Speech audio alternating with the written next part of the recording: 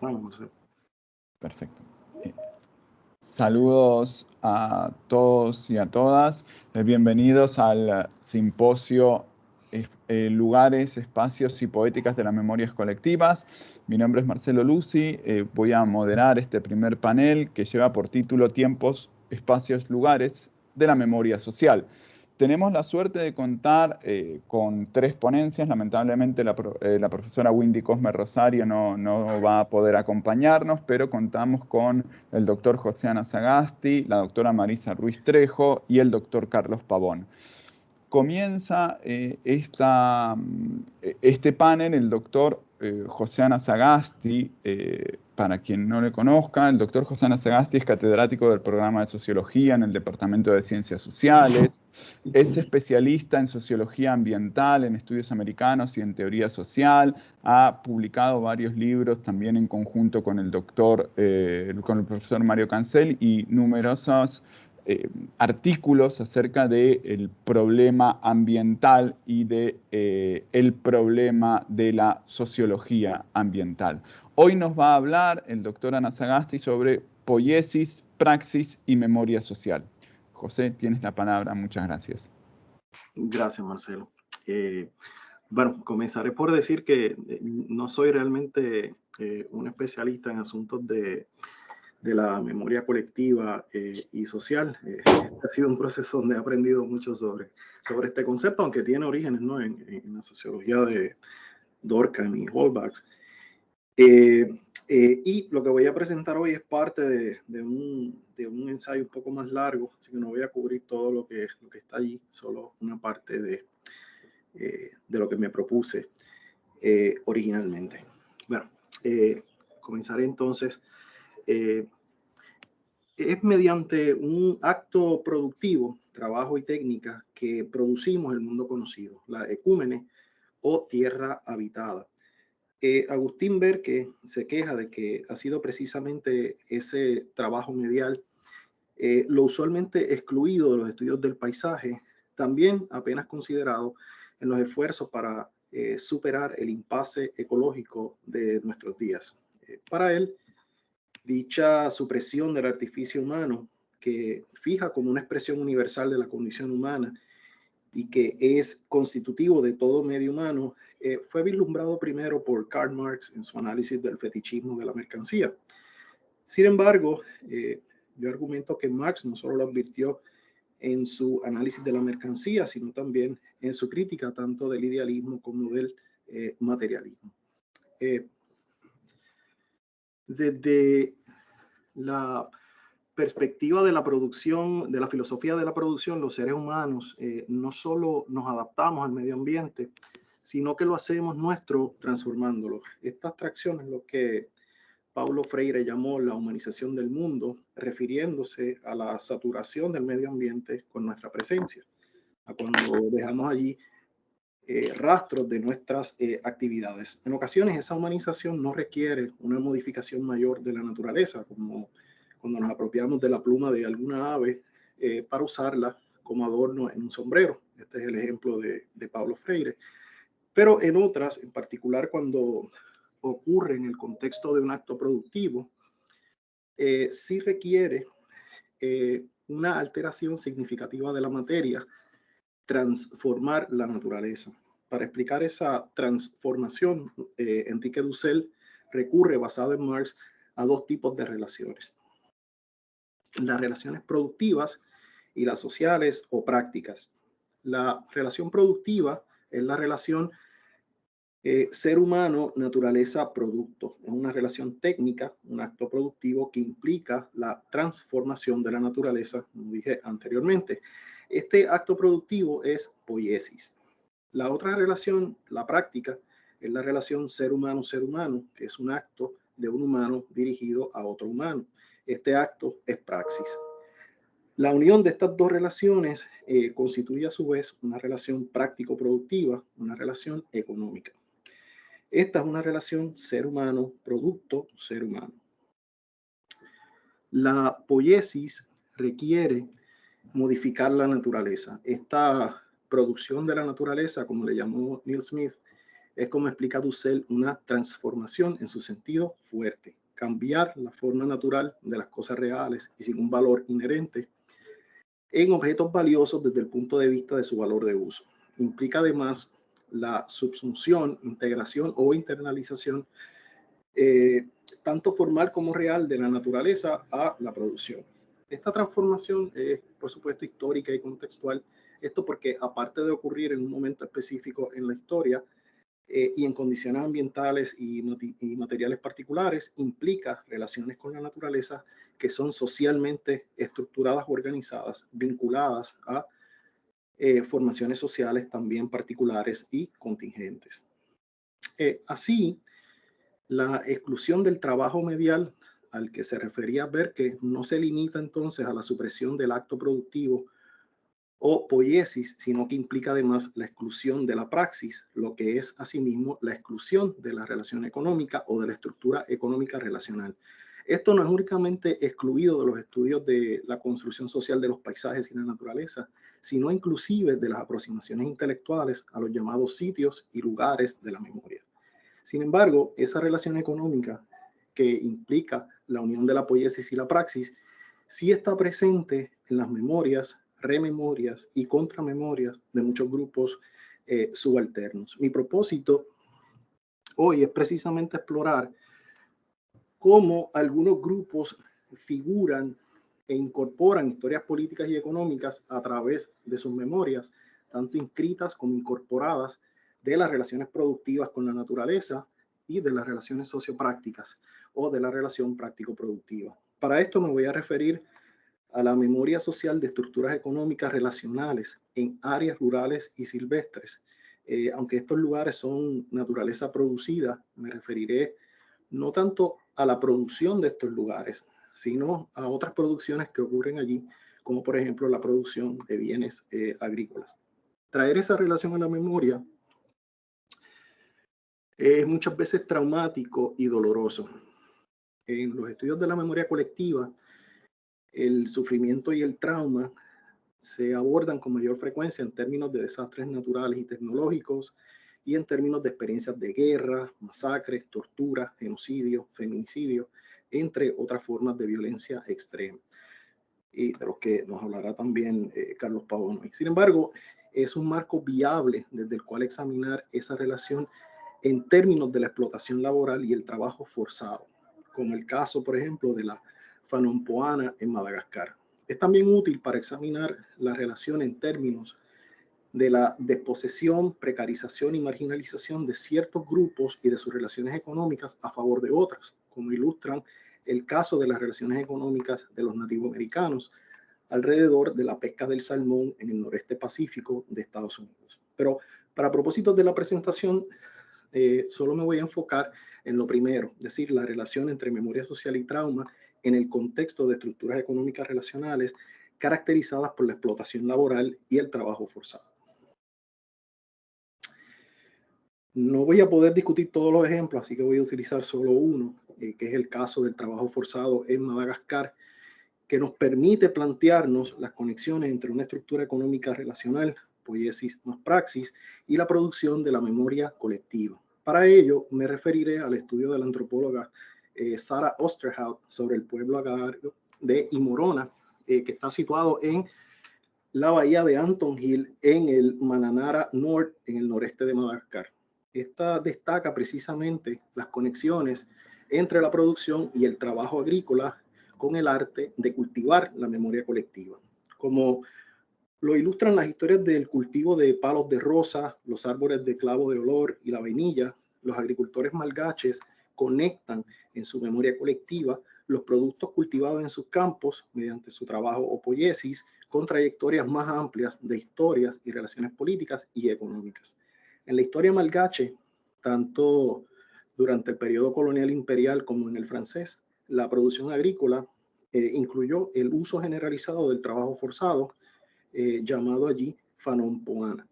En los tiempos del reino de Imerina, el grupo gobernante Merina de las tierras altas tenía la autoridad para forzar a los malgaches de otras etnias, a personas en las clases no reales, a trabajar en proyectos de trabajo público entre otros, como por ejemplo en la producción de arroz de regadío, la construcción de la infraestructura o en la agricultura en las plantaciones. Esto alejó a hombres y mujeres de sus comunidades y a menudo los llevó a la enfermedad y también a la muerte. Esta historia está muy presente en la memoria social de los residentes de Morona todavía hoy, que recuerdan un régimen brutal de trabajo forzado, inclusive para referirse a su situación presente y su trabajo actual en el campo. Esto es cierto de aquellos que cosechan los árboles de palo de rosa. Cuando Oosterhout realizaba su estudio en Madagascar, Madagascar se encontraba precisamente en medio de una controversia internacional con respecto al cultivo del palo de rosa. El presidente entonces, Andry Rajoelina, que había llegado al poder mediante un golpe de Estado y cuyo gobierno carecía de legitimidad internacional y por esto de ayuda foránea, levantó la prohibición a las exportaciones del palo de rosa con el fin de aumentar los ingresos para su administración. Los grupos ecologistas, por supuesto, se opusieron a esta medida que dejaba las áreas hasta entonces protegidas del país vulnerables a las operaciones de tala a gran escala. Oosterhout observó que aunque la controversia del palo de rosa trajo un acalorado debate internacional, los agricultores locales decían poco sobre el tema, no queriendo llamar la atención sobre sí mismos en medio del conflicto entre fuerzas poderosas y a menudo violentas. Los pequeños agricultores tenían además muy poco que ganar con el comercio del palo de rosa. Lo más que podían esperar era ganar unos $5 al día a cambio del arduo trabajo de arrastrar pesados troncos del palo de rosa del bosque a la ciudad. La mayoría de los residentes optaron entonces por trabajar en sus campos de arroz. Pero cuando sí comentaban el cultivo y comercio del palo de rosa, lo hacían para aludir a este árbol como uno con una historia dura, Mafi. Esa historia dura se refería al hecho de que durante el gobierno imperial de Merina de Madagascar, la familia real instituyó políticas coercitivas y violentas, las llamadas fanompoanas, que precisamente incluía mover grandes troncos de madera desde los bosques del noreste por la costa hasta la ciudad portuaria de Fall Point. Estas marchas de trabajo forzado son recordadas por los residentes como marchas brutales e inhumanas. Hoy, al hablar de la tala de palos de rosa, los malgaches de la región de Mananara recuerdan esas políticas y economías pasadas de trabajo forzado. Al ver estos árboles una vez más extraídos de sus bosques para los mercados internacionales, los residentes recuerdan las formas de violencia que ocurren cuando poderosos actores políticos y económicos explotan sus recursos naturales, así como sus cuerpos. Estos, al concebir los palos de rosa como árboles con una historia dura, los codifican como mercancías de explotación y pérdida, bienes que aglomeran las historias severas atadas a las luchas por el poder y los recursos. Oosterhout demuestra que algo similar ocurre también con los cultivos de la vainilla y los árboles del clavo. Al platicar del cultivo de la vainilla, los habitantes de la región recuerdan o rememoran su historia política y económica durante el régimen colonial francés. Un régimen brutal vinculado a la muerte de más de 100.000 malgaches, la prohibición del cultivo de la vainilla en la región de Morona y al trabajo explotador inhumano en las plantaciones de vainilla. Rememoran además su resistencia al régimen francés. Al referirse al cultivo de los árboles de clavos o claveros, el otro cultivo, el pasado es recordado en términos de sus conexiones a la guerra y el conflicto, particularmente a la Segunda Guerra Mundial y a la merma comercial y escasez de bienes en Madagascar durante ese periodo. El comercio vinculado a este cultivo disminuyó considerablemente en ese momento y la fruta madura del árbol del clavo que no se estaba comerciando, fue usada entonces como sustitución de la tinta que mermaba en Madagascar. Los malgaches de Morona entonces hablan de su relación cambiante con el árbol del clavo, usando esta relación como reflejo de cambios sociales, económicos, políticos y culturales. En fin, es mediante los actos cotidianos de cosechar clavos, polinizar una flor de vainilla, o caminar de regreso a la casa a lo largo de un tramo rocoso de playa que los malgaches recuerdan su pasado. Así, el trabajo lento y constante de cultivar la tierra es también el trabajo pausado y sostenido de cultivar la memoria social. Las prácticas de la memoria se relacionan a la naturaleza, se inscriben o registran en esta para recordar ocurrencias o eventos específicos en el lugar o el movimiento de personas, cuerpos y objetos a través de un territorio. Implican un lugar o territorio cargado de símbolos que registran diversos eventos. En ese sentido, funcionan de forma similar a los llamados sitios o lugares de la memoria. Las memorias colectivas son muchas veces archivadas y recobradas por referencia a signos, a señales, a marcas que pueden ser árboles, rocas y hasta, como plantea Osterhout, a semillas mismas y hasta el cuerpo humano mismo. En Imorona, mucho de la memoria colectiva no está inscrita en monumentos y memoriales, pero sí en la tierra, en la naturaleza y en los árboles y frutos con historias duras, los que cargan memorias de sufrimiento, opresión y explotación. Pero en la naturaleza también está inscrita la resistencia, como en las playas y los arrecifes por los que transitaron aquellos forzados a trabajar cargando los pesados troncos. Como le explicó una amiga malgache a esta antropóloga, en las marchas de trabajo forzado por la costa, los trabajadores caminaban a lo largo del océano y tenían que cruzar muchos ríos. Uno de estos grupos, los Betsimasaraka, conocían los lugares donde el agua era poco profunda, como en los arrecifes en Imorona, y allí trataban de escapar, acostándose en el agua, fingiendo ser una de las rocas del agua. Los merinas no se daban cuenta y pensaban que esta persona era una roca.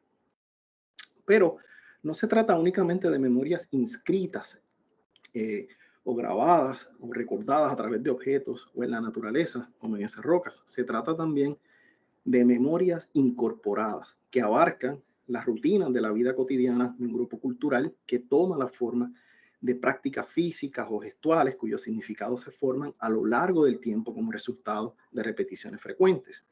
Actividades físicas como comer, caminar, saludar y sentarse, así como cultivar o trabajar, pueden incorporar la memoria, así como la identidad y el sentido de pertenencia al grupo y a un lugar. En fin, en Imorona, las actividades de producción y las relaciones sociales están profundamente arraigadas a su entorno socionatural. Sus fuertes y dinámicos vínculos poéticos con el medio ambiente o la naturaleza, aparentes en sus saberes locales, es también un aspecto notable de su memoria social o colectiva. Pero la poiesis contingente ocurre en sociedad, en el contexto de las relaciones prácticas o sociales, en su correspondencia a la praxis. Concretar el acto productivo, transformar la naturaleza o recordarlo, es acordarse simultáneamente de las relaciones sociales y prácticas, lo que implica acordarse de una relación práctico-productiva o económica, la relación ser humano-producto-ser humano, que en el caso malgache es recordar también opresión y explotación, pero también resistencia. Hasta ahora he planteado que los habitantes de lugares como Imorona filtran las dolorosas historias y memorias económicas y políticas del pasado, relaciones sociales, a través de sus actos productivos y de sus relaciones ecológicas y sociales diarias. Estos inscriben sus malas memorias en el territorio y las incorporan en sus prácticas diarias, pero estos hacen lo mismo con su resistencia y sus luchas, como también encontró Michel de Certeau, historiador jesuita, con respecto a los indígenas latinoamericanos. Michel de Certeau, en su análisis de la larga marcha indígena, reafirmó lo expuesto por José Carlos Mariátegui, ¿no? Que la cuestión indígena arranca de nuestra economía y que tiene sus raíces en el régimen de propiedad de la tierra. Esa cuestión está, por supuesto, muy presente en la memoria social indígena latinoamericana, inscrita en su propio cuerpo. El cuerpo indígena, como indica de Certeau, es memoria. También lo es el otro cuerpo, el de la tierra alterada. Allí están inscritas las memorias de desposesión, explotación y trabajo forzado, coerción, represión, tortura y etnocidio. Una memoria inscrita de un orden económico y político relacional, pero opresivo. Pero en esos cuerpos y tierras también están inscritas sus luchas, su larga y formidable resistencia, nos dice Michel de Certeau, destacando esa corporización de las memorias sociales de represión y rebelión, plantea que estas memorias inscritas representan la génesis de nuevas asociaciones y relaciones políticas, lo que él llama un locus histórico. El despertar político indígena implica un arrojo hacia asociaciones y relaciones políticas alternativas que parten de una situación económica compartida por muchos trabajadores rurales latinoamericanos, una que se quiere cambiar, perdón.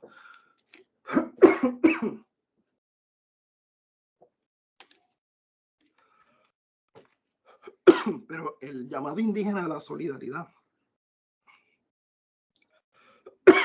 a luchar contra el sistema económico que los afecta, no niega, según él, la especificidad y diferenciación cultural. Para él, la especificidad cultural indígena adopta la forma de lo que él llama un estilo de acción, de una manera de hacer las cosas que es concretada dentro de un sistema económico abarcador que, a pesar de su violencia y opresión, y quizás por esto mismo, produce entre los oprimidos las condiciones necesarias para las alianzas y acciones políticas. Esa manera de hacer las cosas implica, por supuesto, la larga memoria social indígena. Las memorias inscritas en sus cuerpos y tierras son también memorias incorporadas, unidas a sus diversas prácticas, a su manera de hacer las cosas o a su estilo de acción, que incluye, yo diría, su poiesis. En efecto, la osadía política de la especificidad cultural es en parte el efecto de una larga experiencia histórica revivida en la memoria social y cuya perdurabilidad se debe al arraigo de los grupos étnicos indígenas en un suelo particular, así como su resistencia a las poderosas seducciones ideológicas. Su arraigo al suelo, a su locus propius, es tan intenso que ha sobrevivido la escisión sufrida por los indígenas, la desposesión y la separación violenta y forzada de sus medios de subsistencia y de la tierra, secuela por supuesto de la conquista y colonización de América y del avance glotón del capital. Su estilo de acción está informado por su lúcida crítica al capitalismo, siendo los indígenas los más viejos testigos de sus consecuencias,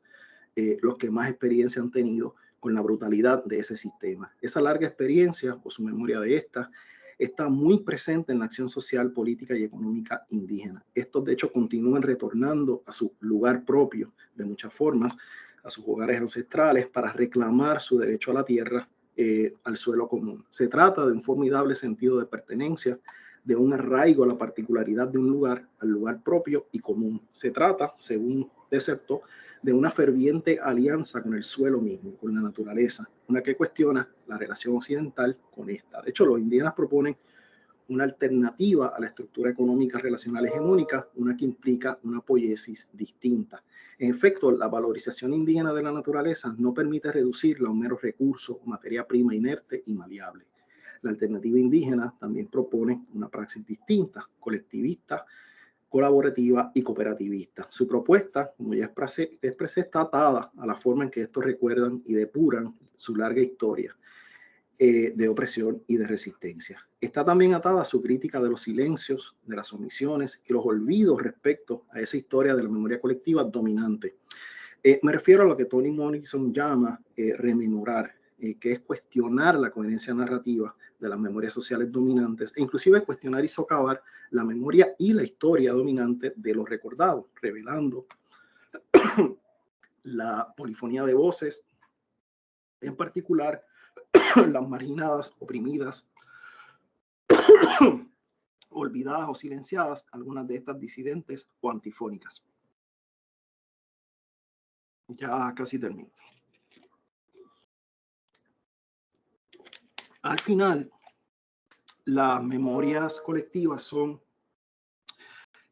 panoramas y horizontes en disputa. Cuestionar las dominantes es rememorar, que requiere incluir lo excluido en las memorias colectivas dominantes, como la poiesis o el trabajo medial que he mencionado antes. Los indígenas latinoamericanos, como los malgaches que cultivan palos de rosa, vainilla y clavo, enlazan mediante sus memorias colectivas la producción a trayectorias más amplias de historias políticas y económicas, a historias duras, claro está. Su repaso del pasado, si por un lado relata las formas en que los trabajadores del campo y los pequeños agricultores sufrieron bajo distintos regímenes hegemónicos, memorias de violencia, subyugación y pérdida, también narran actos de resistencia y triunfo. Su memoria social de esos momentos y relaciones pasadas no solo evocan el pasado, sino que son recursos para el presente y el futuro.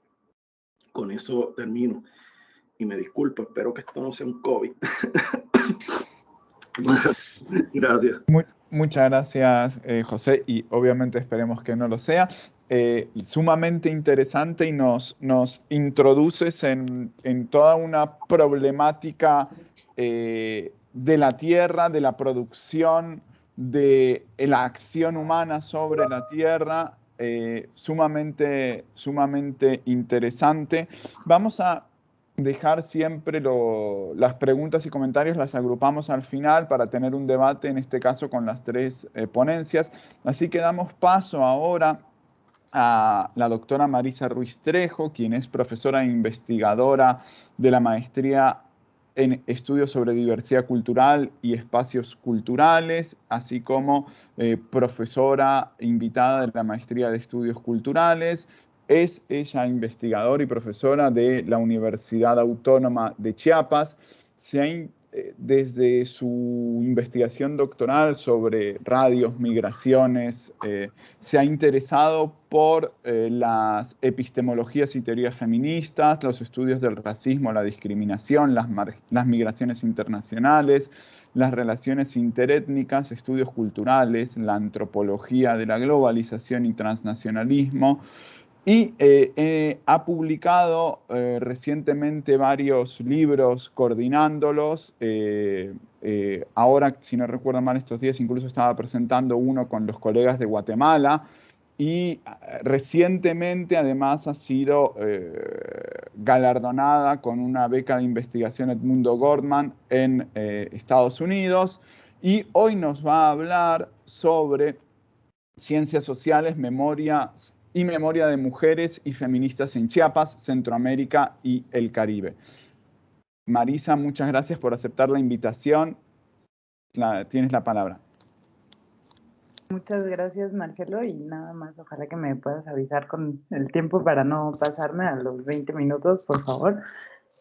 Pues muy buenos días, agradezco mucho al doctor Marcelo Lucy y también a la doctora Melody Fonseca de la Universidad de Puerto Rico en el recinto de Río Piedras, porque ellos me invitaron por primera vez a la Universidad de Puerto Rico en 2018 y me alegro mucho de formar parte de este simposio que está siendo muy, muy interesante y que vincula Centroamérica con el Caribe.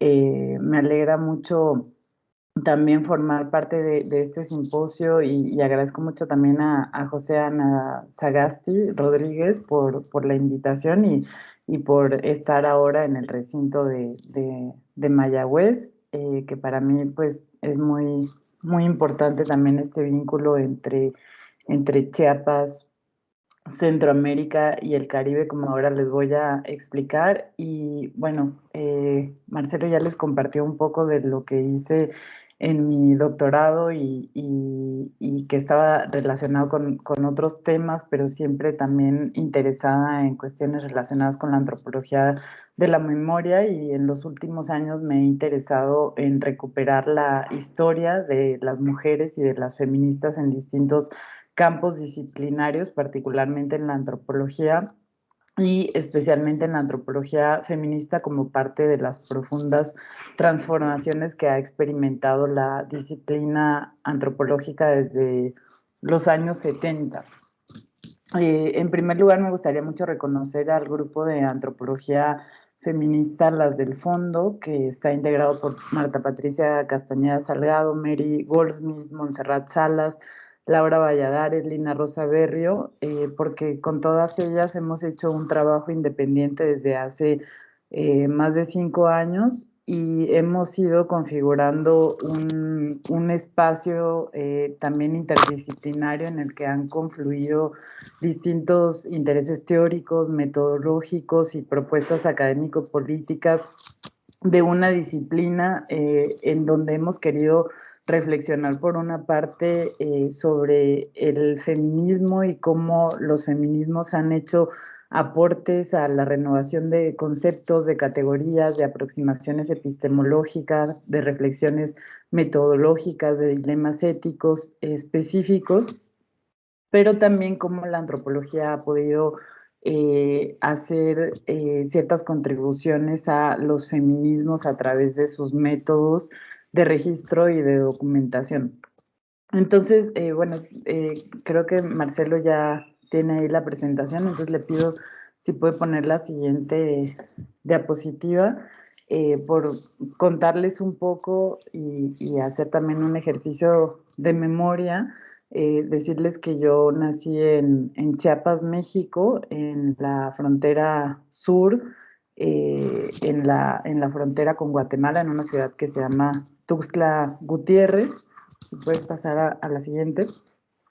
Igual si quieres te voy haciendo así para no interrumpir. Y en Tuxtla Gutiérrez, pues es esta ciudad que está marcada en este mapa que está muy cerca de Guatemala, y cuando yo era niña, cuando en mi infancia mis papás estuvieron involucrados en distintos eventos, encuentros con intelectuales, escritores, artistas, activistas que venían huyendo del conflicto armado que se estaba viviendo en Centroamérica, particularmente en Guatemala, en El Salvador y en Nicaragua. Y desde aquella época, algo de mí pues me hizo estar muy interesada en los procesos políticos y sociales que se han vivido en Centroamérica, porque Chiapas, aunque forma parte de México, también tiene una parte que comunica y que tiene mucha relación común con Centroamérica. De hecho, hablamos de que formamos parte de una misma región, y también por distintos caminos, distintas historias comunes de violencia y de resistencia. Centroamérica pues también está vinculada con el Caribe. Como les decía, en los últimos años he hecho este trabajo de recuperación de trabajos de mujeres en la antropología en Chiapas y en Centroamérica, que he ido dividiendo en 4 periodos. El primer periodo está relacionado con las mujeres pioneras, el segundo periodo está relacionado con las críticas feministas marxistas, gramscianas y el pensamiento anticolonial. El tercero está relacionado con la memoria, la justicia y los feminismos. Y el cuarto está relacionado con las resistencias epistémicas decoloniales y con la incorporación también de investigadoras indígenas, afrodescendientes y LGTB a las ciencias sociales y particularmente a la antropología. Y decirles que yo siento que este interés que tengo también por conocer cuáles han sido los aportes que las mujeres y que las feministas han hecho a las ciencias sociales en Chiapas y en Centroamérica y en el Caribe, tiene que ver con el hecho de que yo también formo parte de esa historia, y es una manera también de encontrarme a mí misma. En cuestión relacionada con la metodología que he utilizado, Marcelo, si puedes pasar a la siguiente, gracias. La metodología de recuperación de vida y obra de mujeres pioneras en antropología, pues no ha sido algo fácil, porque la información ha estado, hay mucha información al respecto, pero la información está dispersa, y para esto he utilizado la etnografía feminista, he hecho trabajo de campo en distintas partes de México, en distintas partes de Guatemala, en la ciudad de Nueva York, del 2016 al 2021. He hecho más de 20 entrevistas con distintas mujeres antropólogas, y también he hecho una revisión de colecciones de archivos, de distintos archivos institucionales, pero también archivos personales. Ha sido, como les digo, algo bastante difícil, porque no siempre en todos los lugares los archivos me han permitido hacer exploración de eso, pero bueno, ya después podemos hablar de las barreras y obstáculos. Con relación a la primera etapa que trabajo sobre mujeres pioneras en antropología, que va de 1930 a 1964, identifico un periodo, por favor la siguiente, en donde este periodo se ha considerado como una etapa que se llama la Edad de Oro de la antropología mexicana, y en este periodo, como en la mayoría de las áreas de conocimiento científico, la antropología mexicana pues estuvo muy dominada por varones desde sus inicios en el periodo posrevolucionario, desde las décadas de 1920 a 1930, hasta la Edad de Oro de la antropología en 1940 y 1964. Y esta etapa de hecho se llama así porque existía un fuerte vínculo de la antropología en ese momento con el proyecto nacional indigenista mexicano, y fue un periodo que marcó mucho las investigaciones de las antropólogas, de las mujeres pioneras, que en esa época varias de ellas eran de Europa, de Estados Unidos, como Gertrudis Duby, como Calixta Guiteras, Annie Chapman, Eva Verbinski Hunt, Esther Ermit, Jung Nash, y muchas de ellas tenían identidades políticas muy fuertes, venían huyendo del fascismo en Europa, algunas se exiliaron en México, y cada una tiene características y trayectorias muy interesantes, pero no me voy a detener en esta etapa. Lo único que sí me gustaría comentar es que justamente cuando estuve en Puerto Rico tuve la oportunidad de entrevistar a una de las pioneras en arqueología, que es Diana Sotomayor. No sé por qué no está por ahí la diapositiva, pero bueno, espero haber mandado bien la última versión de las diapositivas. Y Diana Sotomayor, que es catedrática del Departamento de Sociología y Antropología de la UPR, y que fue formada en antropología y en arqueología en la Escuela Nacional de Antropología e Historia en México y en la Universidad Nacional Autónoma de México, me contó que muchas de las pioneras de Puerto Rico se formaron en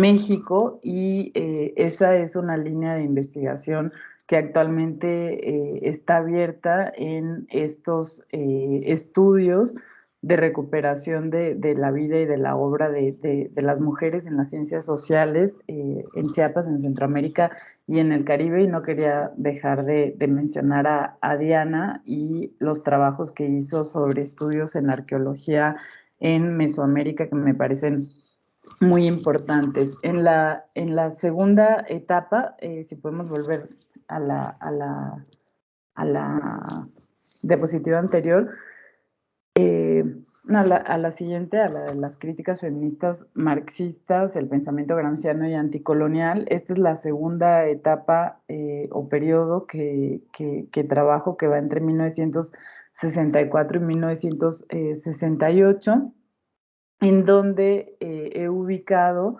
a varias mujeres que podríamos identificar como rebeldes y revolucionarias, porque varias de ellas son pensadoras marxistas y feministas socialistas, muy influenciadas por el pensamiento gramsciano, algunas, y algunas por el pensamiento anticolonial. Y varias de las nociones que ellas han trabajado tienen que ver con criticar las nociones tradicionales de clase, y pues varias de ellas participaron de los movimientos sociales y de los movimientos revolucionarios de la época. Por ejemplo, Estela Cuán, ahora Marina Arriola, Alaide Fopa, Mercedes Olivera, Marta Casaus. Y en esta etapa me gustaría mencionar brevemente el trabajo de Alaide Fopa, porque Alaide Fopa es una de las investigadoras, escritoras, poetas más interesantes de los últimos tiempos en México y en América Latina. Nació en Guatemala, y estuvo influenciada por las teorías feministas marxistas, y FOPA lo que hizo es utilizar varias de las teorías feministas marxistas para reflexionar sobre cuestiones relacionadas con el salario para el trabajo doméstico. Fue fundadora de la revista FEM y fue una de las fundadoras también de uno de los primeros programas de radio feminista que se hicieron en México, y lamentablemente Alaide fue desaparecida en 1980 cuando fue a Guatemala a visitar a sus hijos que formaban parte del EGP, y desde aquella época no se sabe nada de ella. Y una de las cosas que hemos visto también con los grupos de antropólogas feministas con las que trabajamos es que varias de las mujeres que estaban haciendo investigación, que eran escritoras en ese momento, pues vivieron algo muy parecido a lo que vivió Alaide: persecución,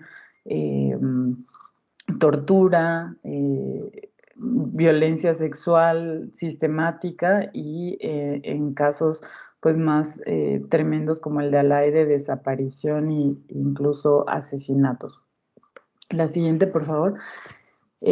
Hay otra, bueno, y decir que aunque Alaide Fopa no es antropóloga, también la considero dentro de las investigadoras que trabajo, porque es una investigadora y escritora que hizo muchos aportes a los estudios feministas en México. También hay otra antropóloga que es Estela Cuán, que es otra antropóloga guatemalteca que estuvo exiliada en México y cuyo trabajo pues fue muy interesante porque trabajó también de la mano con Alaide Fopa, y fue fundadora de una asociación internacional de mujeres contra la represión en Guatemala, que de hecho esa organización se formó aquí en México, y a través del programa Foro de la Mujer, Alaide y Estela Cuán fundaron esa organización, y hay un trabajo, perdón, un archivo muy interesante en la UNAM, en donde están los programas de radio de Foro de la Mujer, y en donde días antes de que Alaide Fopa viajara a Guatemala, Estela y Alaide estaban hablando sobre esta organización que habían formado antropólogas y que habían formado historiadoras para apoyar y en solidaridad con la represión que se estaba viviendo en Guatemala, particularmente la represión que estaban viviendo las mujeres mayas, y brindaban pues acompañamiento psicoterapéutico y hacían cosas muy, muy interesantes, y eso nos muestra también cómo las colectivas de antropólogas, pero también la articulación entre antropólogas e historiadoras ya estaba desde los años 80, muy presente en distintas partes de México, pero también de distintas partes de América Latina y del Caribe. Creo que voy un poquito mal de tiempo, pero voy a intentar ir un poquito más rápido para contarles brevemente sobre Mercedes Olivera, que es otra de las antropólogas que, aunque nació en la Ciudad de México, posteriormente se mudó a Chiapas, y me gusta mucho mencionarla a ella porque sus estudios han constituido una de las bases de la teoría interseccional de América Latina, con la que se problematiza la explotación capitalista de la mujer en el sistema, y sobre todo tiene un concepto que es el concepto de opresión femenina, que creó a finales de la década de los 70, y que este concepto pues nos ha permitido entender cómo las mujeres que están relegadas a la producción y mantenimiento de la fuerza de trabajo o a la fuerza laboral a través del trabajo doméstico sirven para la reproducción de la vida, y cómo en las nociones tradicionales marxistas pues no han sido consideradas.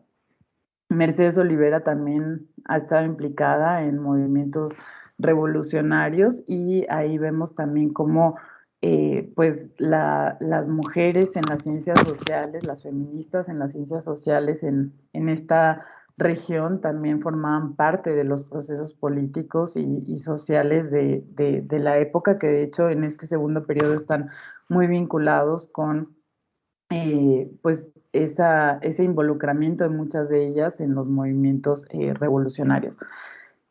Ahora brevemente me gustaría hablar de Marta Casaus, que es una historiadora guatemalteca y de quien yo he aprendido mucho y creo que también ha sido muy interesante el vínculo que Marcelo y yo hemos tenido. Eh, pues ella fue de hecho quien nos presentó hace muchos años y Marta Casaus ha sido una maestra para muchos de nosotros. Ella publicó un libro que se llama Racismo y Linaje, un libro sobre cómo el racismo de las oligarquías en Guatemala produjo el genocidio entre 1982 y 1983. Y su trabajo nos ha mostrado también cómo es posible que las ciencias sociales tengan un vínculo muy fuerte y una orientación pública con lo que está sucediendo, porque, por ejemplo, su trabajo y este libro particularmente contribuyó a que se elaboraran informes y peritajes en los juicios del caso Sepur Zarco contra Efraín, perdón, del caso Sepur Zarco y también del caso contra Efraín Ríos Montt por genocidio en Guatemala.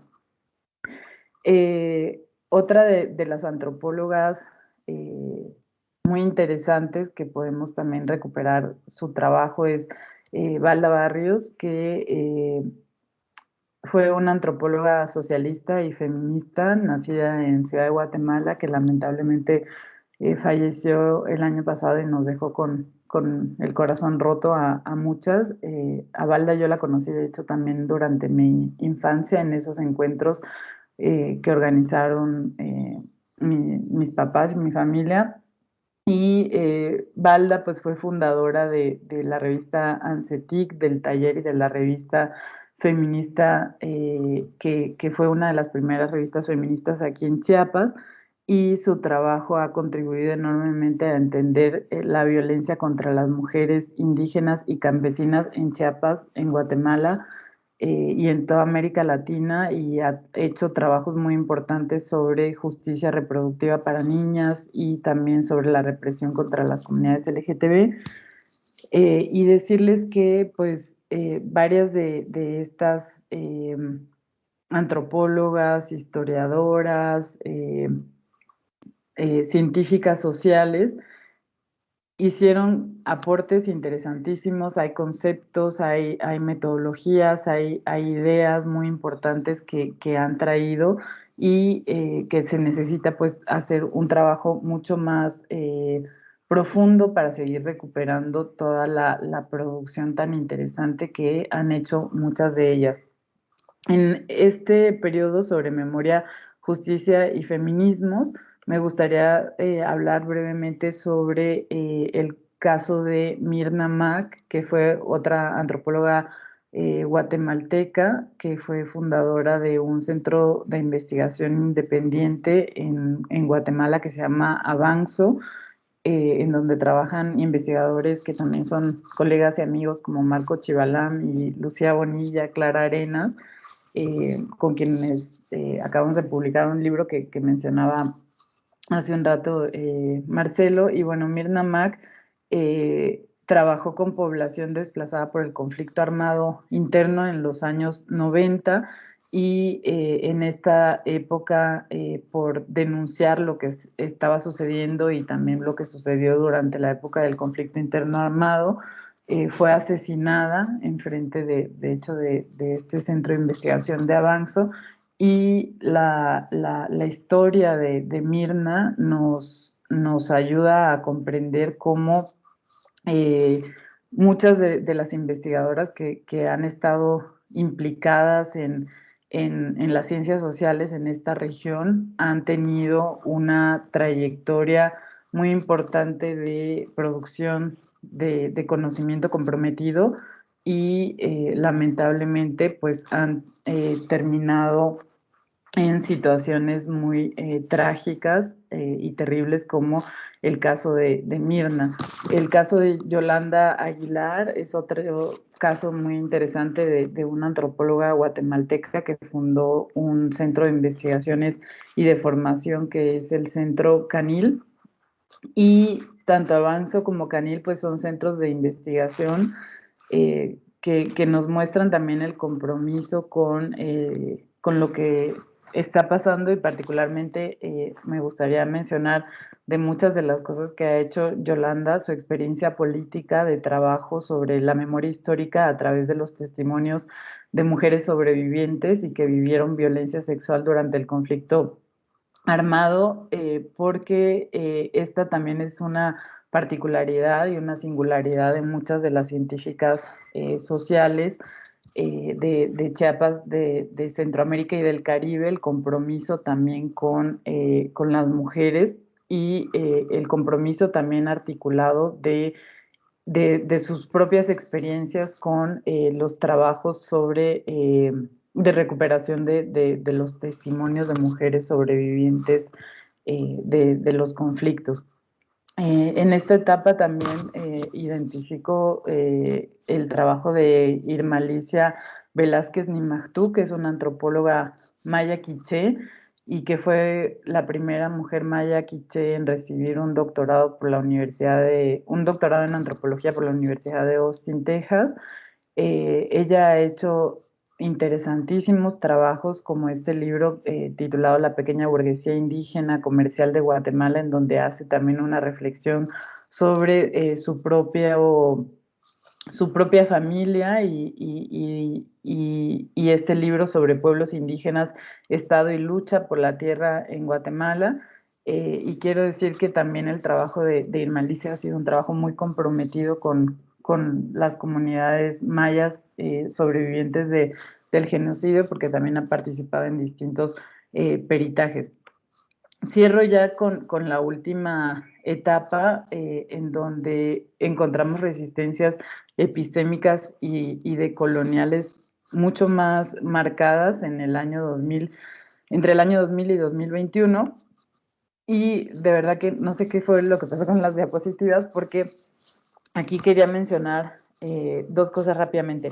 Lo primero es que a partir de 1992, con el premio de Rigoberta Menchú, el premio Nobel de la Paz de Rigoberta Menchú, pero también el levantamiento zapatista, los levantamientos indígenas y afrodescendientes en distintas partes de América Latina, muchas mujeres indígenas y afrodescendientes comenzaron a llegar a las universidades y a obtener doctorados, y eso hizo que también se generaran transformaciones epistemológicas muy importantes en la manera en cómo se está produciendo el conocimiento.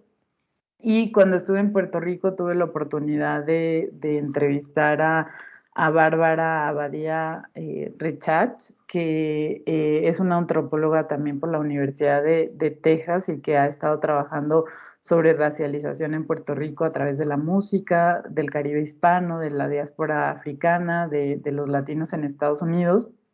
Y no quería dejar de mencionarla porque creo que también su trabajo ha hecho aportes muy interesantes a la antropología y a las ciencias sociales feministas en América Latina. Voy a cerrar aquí, aunque tenía más cosas que contarles, pero decirles que hay un libro que sacamos recientemente que se llama Descolonizar y despatriarcalizar las ciencias sociales, la memoria y la vida en Chiapas, Centroamérica y el Caribe, que es una colección de escritos de mujeres indígenas, afrodescendientes y disidentes sexuales de esta región, en donde pues hay trabajos muy importantes, interesantes de distintas pensadoras, escritoras, antropólogas, historiadoras, como por ejemplo Marta Casaus, Victoria Sanford, Mayra Santos Febres, Xochitl Leiva, Juana Ruiz Ortiz, Ruperta Bautista, las mujeres de Mamá Maquín y muchas otras compañeras que están también haciendo producción de conocimiento, no nada más desde las universidades, sino desde las organizaciones políticas, desde los espacios literarios, desde los espacios poéticos y desde los espacios de sanación. Les agradezco muchísimo y mil disculpas por haberme pasado el tiempo. Muchísimas gracias. No te preocupes, gracias a ti, Marisa, por darnos esta panorámica sumamente interesante acerca de esa labor comprometida de tantas y tantas mujeres en Centroamérica y en México, en Chiapas y en el Caribe. Vamos a dejar los comentarios, como decíamos, para después, y damos paso entonces ahora a la última de las presentaciones de este primer panel, que corre a cargo del profesor Carlos Pavón. El profesor Carlos Pavón es profesor de Historia, catedrático de la Universidad de Puerto Rico, autor de numerosos libros, y su investigación se ha centrado en el problema de la violencia extrema, el genocidio y las formas en que éste se ha presentado en la sociedad y sus implicaciones éticas y políticas. Incluso en este simposio presentaremos su reciente libro titulado Memoria, ¿verdad? Historia y ficción, debate sobre la representación de la violencia extrema. Hoy Carlos nos va a hablar sobre la era del testigo, el giro subjetivo, y la memoria colectiva. Carlos, tienes la palabra. Muchas gracias.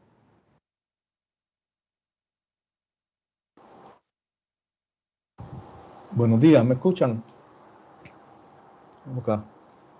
Antes que nada, agradecer a los organizadores de la actividad de invitación y luego pues, la presentación del libro y esta actividad que, como se dijo en la apertura, ¿verdad? Ya es como hay un ciclo de actividades importantes que se vienen generando por ustedes y que ya vimos la actividad de los historiadores jóvenes, las conferencias de Chartier, el conversatorio Contraverso, o sea que han venido gestando una producción intelectual me parece que importante en tiempos en que, desde mi punto de vista, no es lo que nos caracteriza, ¿no? Estamos como en unos tiempos que la intensidad de los debates intelectuales está como en baja.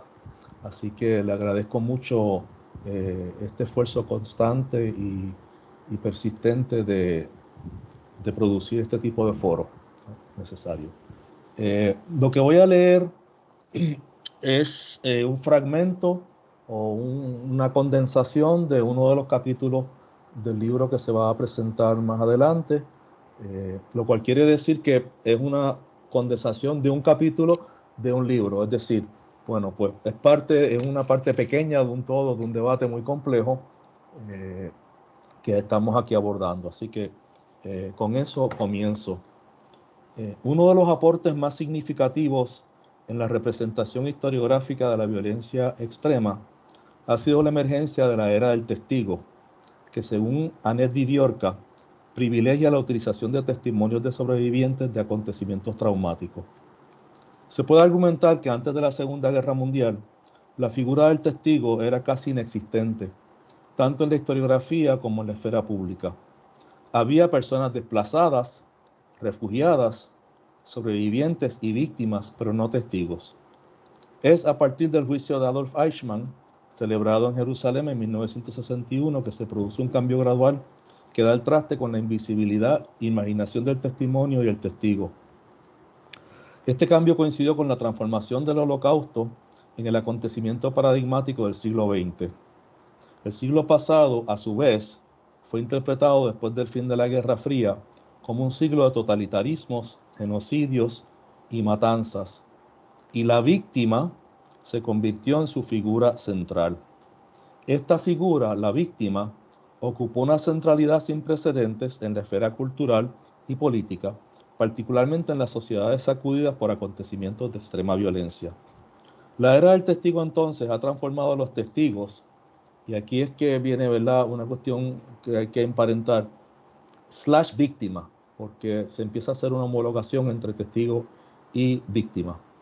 Han transformado los testigos / víctimas y sus testimonios en fuentes útiles o incluso en las fuentes más importantes para la recuperación del pasado traumático reciente.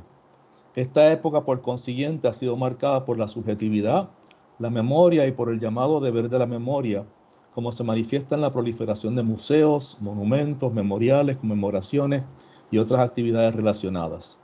Este proceso describe lo que Beatriz Sarlo llama el giro subjetivo, que se refiere a la actual tendencia académica y del mercado de bienes simbólicos que se propone reconstruir la textura de la vida y la verdad albergadas en la rememoración de la experiencia, la revalorización de la primera persona como punto de vista y la reivindicación de una dimensión subjetiva. Sin embargo, creo que es importante que se apunte, que se note, que en los años inmediatamente posteriores a la Segunda Guerra Mundial, e incluso después, muchos sobrevivientes no ofrecieron testimonios sobre el Holocausto y optaron por permanecer callados. Sobrevivientes del Holocausto como Primo Levi, quienes escribieron sus memorias en los años inmediatamente posteriores a la Segunda Guerra Mundial, enfrentaron silencio, indiferencia o incredulidad por parte de la opinión pública. Levi describió este periodo como uno de olvido y silencio respecto al Holocausto, y se puede añadir, y a otras matanzas, y a su vez de incredulidad, según se desprende de lo que él mismo relata como una pesadilla recurrente entre los prisioneros en Auschwitz. En palabras de Levi, la pesadilla era la siguiente: haber vuelto a casa, estar contando con apasionamiento y alivio los sufrimientos pasados a una persona querida y no ser creídos ni siquiera escuchados. En la variante más típica y más cruel, el interlocutor se daba vuelta y se alejaba en silencio. Por medio de este sueño recurrente, Levi subraya la desesperación que sentían los sobrevivientes ante la posibilidad de no ser creídos en sus experiencias, o que sus experiencias no fueran creídas. Un sueño que para muchos se convirtió en realidad. Por ejemplo, Bruno Bettelheim, otro sobreviviente del Holocausto, explora en sus textos su propia incredulidad y la de otros prisioneros con respecto a los horrores del campo. Bettelheim afirma que tanto él como otros prisioneros habían logrado convencerse de que lo sucedido en los campos no era real. Lo que habían experimentado no pudo haber sido, no podía ser cierto. ¿Cómo podrían entonces los sobrevivientes convencer a los demás de lo que había sucedido en los campos si a ellos mismos les resultaba difícil creerlo? La enormidad del delito lo vuelve inconcebible e irreal, aún para los sobrevivientes. De ahí que Jorge Semprún, también sobreviviente, pero en este caso del campo de Buchenwald, y que no es judío, español republicano y comunista, en su libro importantísimo, La Escritura de la Vida, dijera lo siguiente: no había, jamás habría supervivientes de las cámaras de gas nazis. Nadie jamás podrá decir yo estuve allí. Se podrá estar alrededor, o antes, o al lado, como los individuos de los Sonderkommando, las escuadras especiales judías que tenían la tarea de bajo engaño, llevar a los otros prisioneros judíos a la cámara de gas, luego disponer de sus cadáveres. De ahí la angustia de no ser creíble porque se ha sobrevivido. Y ¿verdad? En el libro pues se trabajan otros muchos autores y autoras que repiten una y otra vez insistentemente, incluso lo de la propia pesadilla de Levi, parece que es una pesadilla recurrente que se vuelve una suerte de subconsciente colectivo, porque hay muchas crónicas y memorias que abundan en variantes de esa pesadilla, y en la noción de que pues, no eran creídos. Kertész lo trabaja con su personaje Georgi en la novela Sin Destino, este joven húngaro que regresa de Auschwitz y de Buchenwald, de ambos, y es interrogado, va con su uniforme raído de prisionero y demacrado y esquelético, y se monta en un tren y llega a una estación y allí lo interrogan un poco, y todo es la duda, ¿verdad? El cuestionamiento a de dónde tú vienes y viste cámara. En una le dicen que si vio la cámara, que si él vio cámara de gases, que sabía dónde él estaba. Y él dijo, si hubiese visto una cámara de gas no estaría aquí para contarlo. Entonces, ¿verdad? Así que en la literatura propiamente de ficción, en los testimonios y en los trabajos de los historiadores y las historiadoras se documenta esta fase de prisioneros sobrevivientes que no quieren hablar porque están traumatizados y prefieren intentar olvidar, que es lo que trata de hacer por 40 años infructuosamente. Prisioneros sobrevivientes que dejan de hablar porque nadie los quiere escuchar y no son creídos. Quizás el único que fue persistente desde un comienzo en intentar articular la voz del testigo fue Primo Levi, pero sabemos también que sus primeros libros, sobre todo si esto es un hombre, tuvo una década en un almacén que se inundó y se perdieron las primeras ediciones y no se vendía. Así que ese es un primer momento de olvido, de silencio, de descreimiento.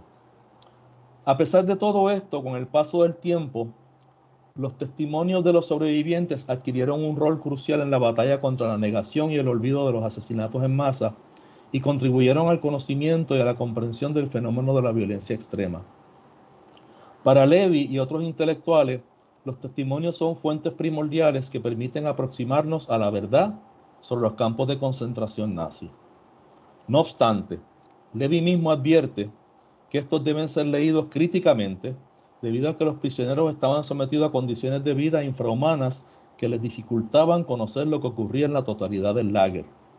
Es decir, los prisioneros no estaban en posición de evaluar adecuadamente el alcance de la matanza ocurrida en el campo.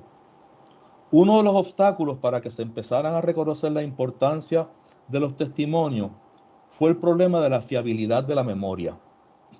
Levi se refiere a la escasa confiabilidad en la memoria de este modo. Cito, la memoria es un instrumento maravilloso, pero falaz. Cierro cita. Como sabemos, aún en circunstancias normales, diversos mecanismos y procesos distorsionan o deforman la memoria y su relación con sucesos específicos. En cuanto al recuerdo de acontecimientos de violencia extrema, plantea Levi, entran en acción todo o casi todos los factores que pueden obliterar o deformar las huellas de la memoria. El recuerdo de un trauma padecido o infligido es en sí mismo traumático porque duele recordarlo o al menos molesta.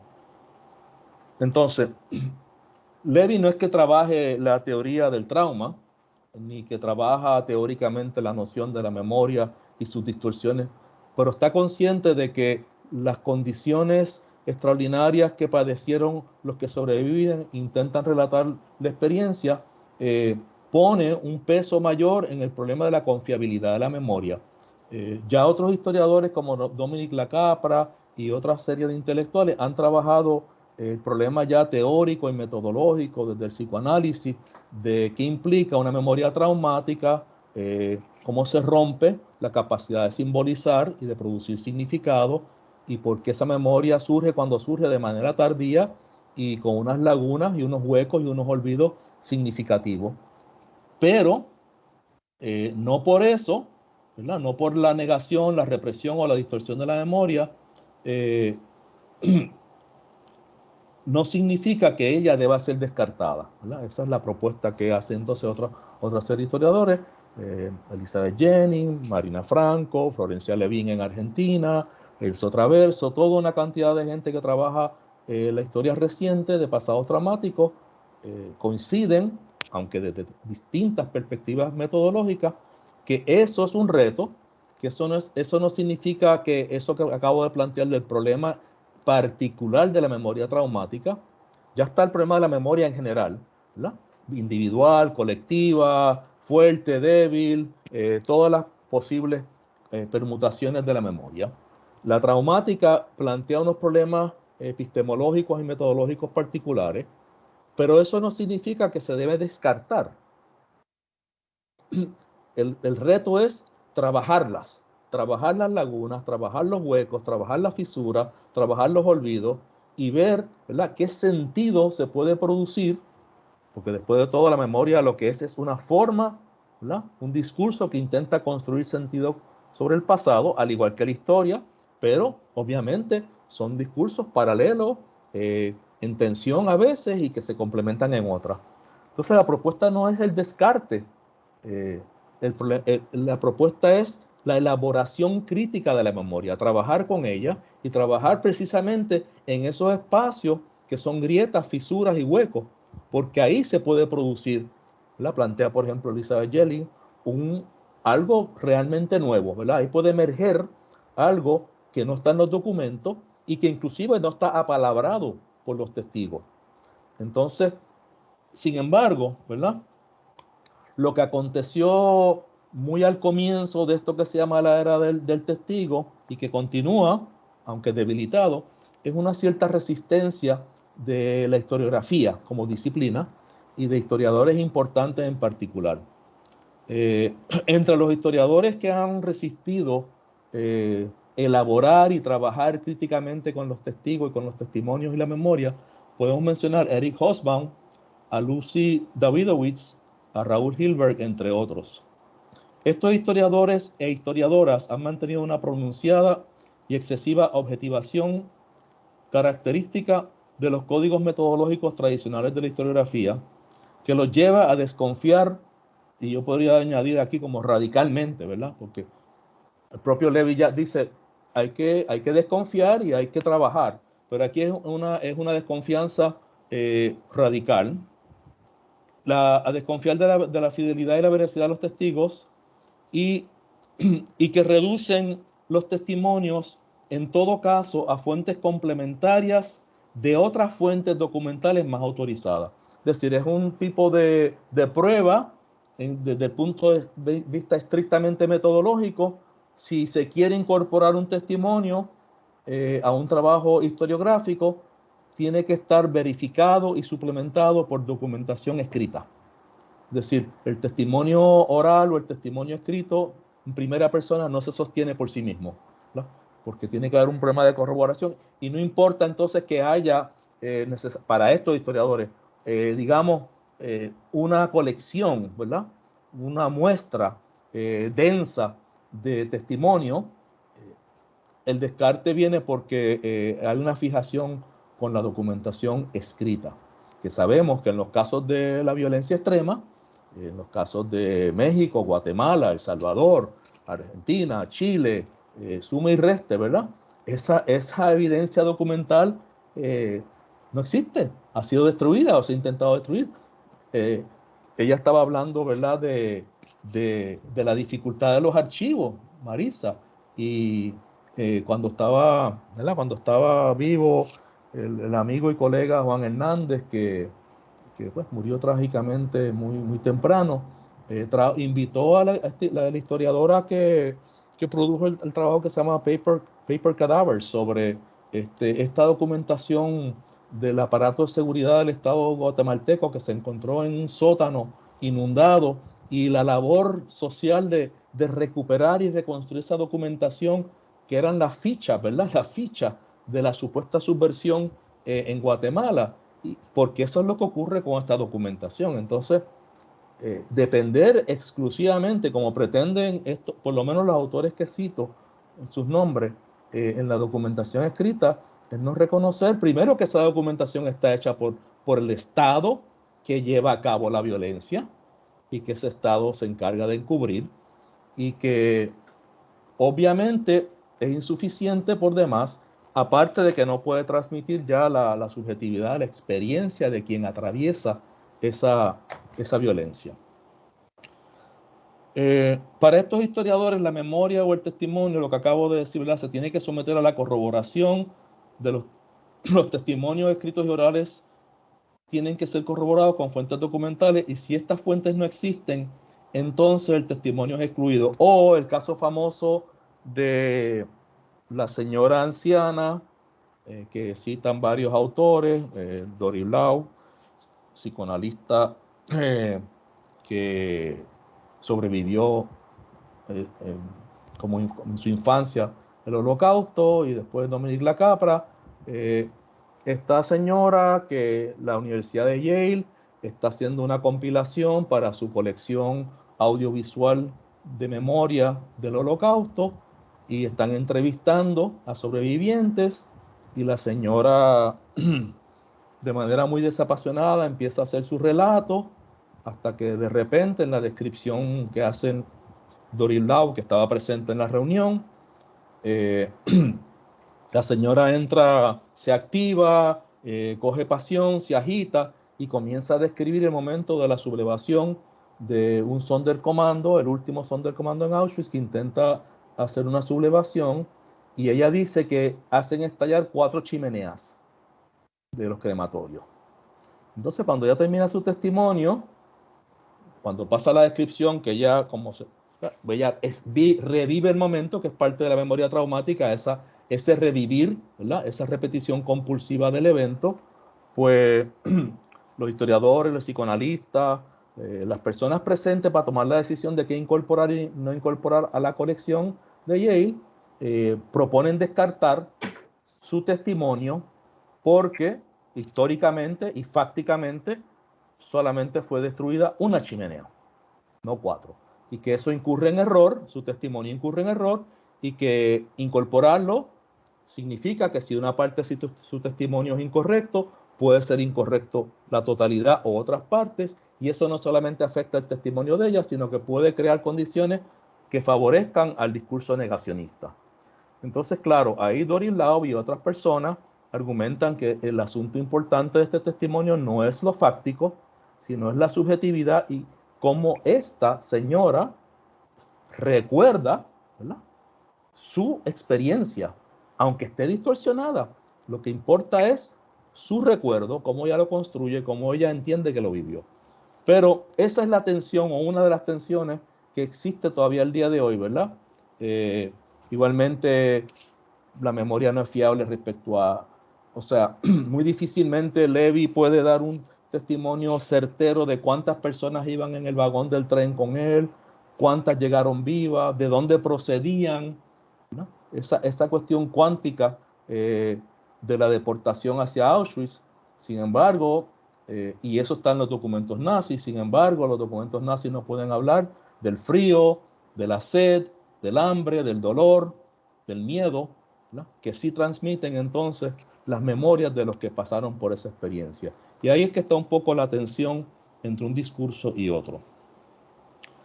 Así pues, a pesar de la prominencia de los testimonios de los sobrevivientes en las pasadas décadas, la tendencia entre los historiadores, aunque cada vez menos, ha sido excluir y marginar estas memorias de su narrativa historiográfica.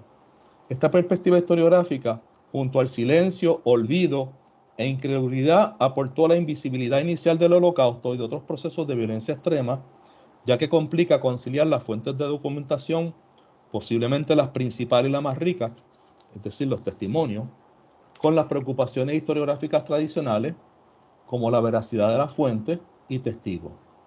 Incorporar testimonios de manera crítica a lo que Enzo Traverso llama historizar sería sin duda algo que enriquecería los trabajos de estos historiadores. Ahora bien, si bien existe la tendencia historiográfica a minusvalorar los testigos y los testimonios, particularmente en las sociedades que se han producido estos eventos, se ha dado el proceso contrario, sobrevalorar los testimonios. Tal es el caso, propone Beatriz Sarlo, de la Argentina postdictatorial. Refiriéndose a este caso, la crítica literaria sostiene que la memoria ciertamente ha sido un impulso moral en la Argentina reciente y también una de sus fuentes principales. Pero de ello no se desprende, como postulan quienes sobrevaloran el testimonio desde la sociedad civil, que la memoria produzca una verdad indiscutible o superior a la que se pueda construir desde otros discursos. Sarlo plantea que no hay que fundar una epistemología ingenua que confíe ciegamente en la narración del recuerdo de la experiencia en primera persona. En sus palabras, solo una caracterización ingenua de la experiencia reclamaría para ella una verdad más alta. La autora reconoce que los testimonios han sido la fuente principal del conocimiento sobre el terror de la última dictadura argentina, pero que no son la única fuente que revela cómo operó el terrorismo de Estado perpetrado por el régimen militar. Según ella, solo una fetichización de la verdad testimonial podría otorgarles un peso superior al de otros documentos, incluidos los testimonios contemporáneos, a los hechos de los años 60 y 80, 70 y 80. En fin, Sarlo advierte sobre los problemas teóricos y epistemológicos de sobrevalorar los testimonios. Y quiero hacer claro, son esferas distintas. La sobrevaloración viene usualmente desde la sociedad civil, desde las asociaciones de familiares, hijos, nietos de desaparecidos o muertos, desde los movimientos sociales que claman por justicia, y no necesariamente desde la operación, digamos, académica y profesional de la historia, pero chocan esos discursos y chocan en la autoridad que se les confiere en la sociedad. Y obviamente en distintas sociedades, España, el caso de Argentina, según Sarlo, Chile yo creo que es distinto, el mayor peso lo viene llevando hace algún tiempo el discurso desde la sociedad civil de sobrevalorar los testimonios. Pero es como un planteamiento moral y político, no es un planteamiento necesariamente que tenga que ver con el problema de la producción de conocimiento. Para esta crítica argentina, los testimonios del Holocausto se han convertido en paradigma o modelo testimonial y son un elemento clave en la sobrevaloración de las memorias de los testigos. Dicho de otro modo, el Holocausto se ha transformado en la metáfora de la violencia del siglo XX y el modelo memorial del Holocausto en el modelo memorial de otras experiencias. Por lo tanto, cuando se transfiere la experiencia de acontecimientos límites a otras experiencias de violencia, indica el sobreviviente que narra su testimonio exige que se acepte su verdad referencial mediante reclamos o argumentos morales. Para Sarlo, el problema con este reclamo radica en lo siguiente. Todo testimonio quiere ser creído y, sin embargo, no lleva en sí las pruebas por las cuales puede corroborarse su veracidad, sin que ellas deban venir de afuera. El testimonio pide una consideración donde se mezclan los argumentos de su verdad, sus legítimas pretensiones de credibilidad y su unicidad, sostenida en la unicidad del sujeto que lo enuncia con su propia voz, poniéndose como garantía presente de lo que dice.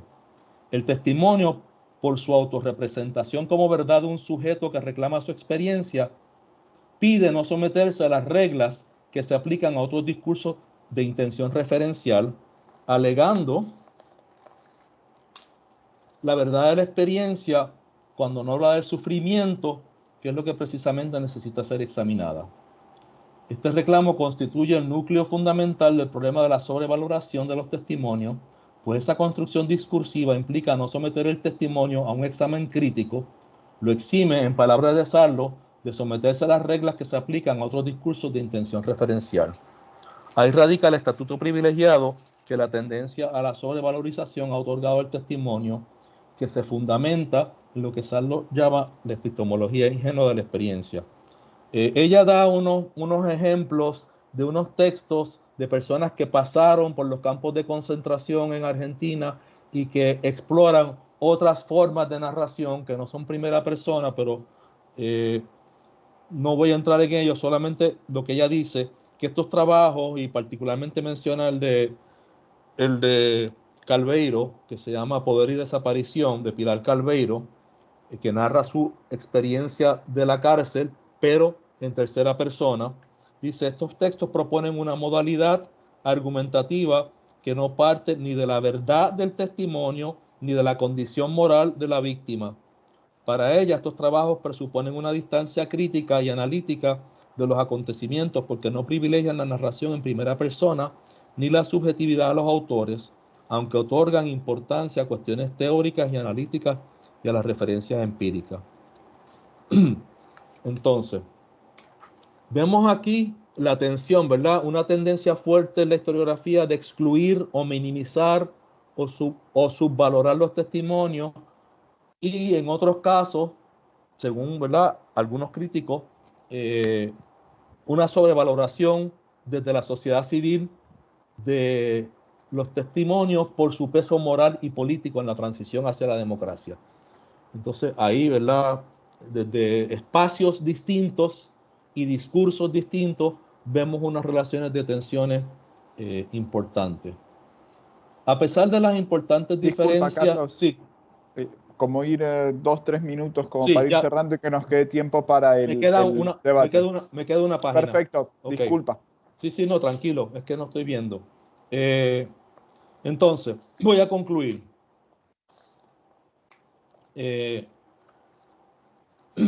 La tendencia a sobrevalorar el testigo pasa por alto el impacto del trauma, que se manifiesta en la ruptura del sentido, la temporalidad y los desplazamientos y las trampas de la memoria, es decir, sus olvidos, contradicciones, silencio y distorsiones. Por otro lado, sabemos lo que ocurre con el problema de minimizar los testigos, que perdemos toda la riqueza y la complejidad del aspecto subjetivo de la experiencia. Entonces, concluyo con lo siguiente. Si bien en la era del testigo los sobrevivientes se han convertido en figuras preponderantes, esto, por un lado, desde mi punto de vista, no les confiere una posición epistemológica privilegiada respecto a la realidad. Como yo estuve allí, yo lo viví, yo sé mejor que nadie lo que pasó. Ni quiere decir que se encuentren necesariamente en condiciones de producir un conocimiento más acertado o verdadero del suceso vivido. Por otro lado, la posición del descarte tampoco es válida. Entonces, la era del testigo presenta un desafío para los historiadores que trabajan con los testimonios, y yo concuerdo con la postura de Alejandro Baer, quien entiende que el testimonio puede constituir una salida productiva a los dilemas de la representación de la experiencia de estos tipos de acontecimientos. Para él, los testimonios son un intento de registrar y recuperar las huellas de un desastre que en sí mismo resiste toda representación y pueden ser solamente captados mediante el encuentro con sus efectos en quienes sobrevivieron. Se trata de un género narrativo que se sitúa a medio camino entre la historia y la literatura, entre memoria y arte, y su ambivalencia entre objetividad y expresividad, entre el literario y lo poético, crea la posibilidad de superar el impasse entre historia y memoria desde la perspectiva que debe ser contada esta experiencia, la de las víctimas. Muchas gracias. Gracias a ti, Carlos, que nos vuelves a traer una perspectiva sumamente elocuente a propósito de este momento, si queremos, momento memorial que estamos viviendo y que debatiremos profundamente en la presentación de tu libro, y que creo que nos sirvió también para conjugar un poco las tres presentaciones, las de José, la de Marisa y la tuya misma, porque vemos que hay probablemente, sin ni siquiera tener que enunciarlo directamente como el problema de la memoria, los tres constantemente estuvieron abordando el problema de la memoria y el problema también de quién expresa, quién narra, quién articula, quién vive, quién es atravesado por esas memorias. Y los tres hablaban también de procesos de violencia. José nos hablaba de los procesos de violencia en Madagascar.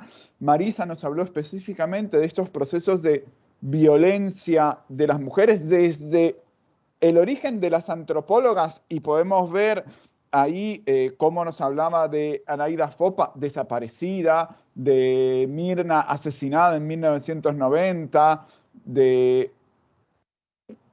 en esos procesos que tú, en el caso de Carlos, llamarías violencia extrema. Y en el último caso, en el de Carlos, también vemos cómo el problema, digamos, de la representación de ese paradigma que para Occidente devino el Holocausto, también genera un problema a la hora de ¿es verdadero o no es verdadero? Marisa nos traía el problema de Rigoberta Menchú.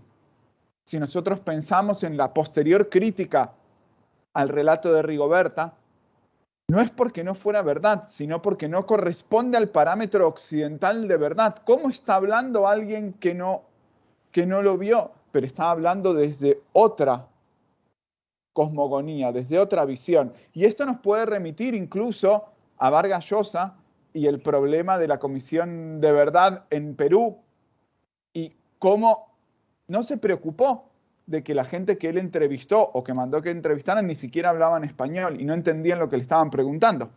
Entonces, aquí hay muchísimos elementos que atraviesan todo esto. Esto lo traigo simplemente como una primera recapitulación de lo que a mí me suscitó y por lo que les agradezco sus presentaciones. Abro entonces el turno a preguntas, comentarios. Sí que ruego que los comentarios sean relativamente breves para que nos dé tiempo a preguntas, pero lo pueden hacer por el chat o abriendo el micrófono. Quien quiera, por favor, abrimos el turno para conversar con Marisa, con José y con Carlos.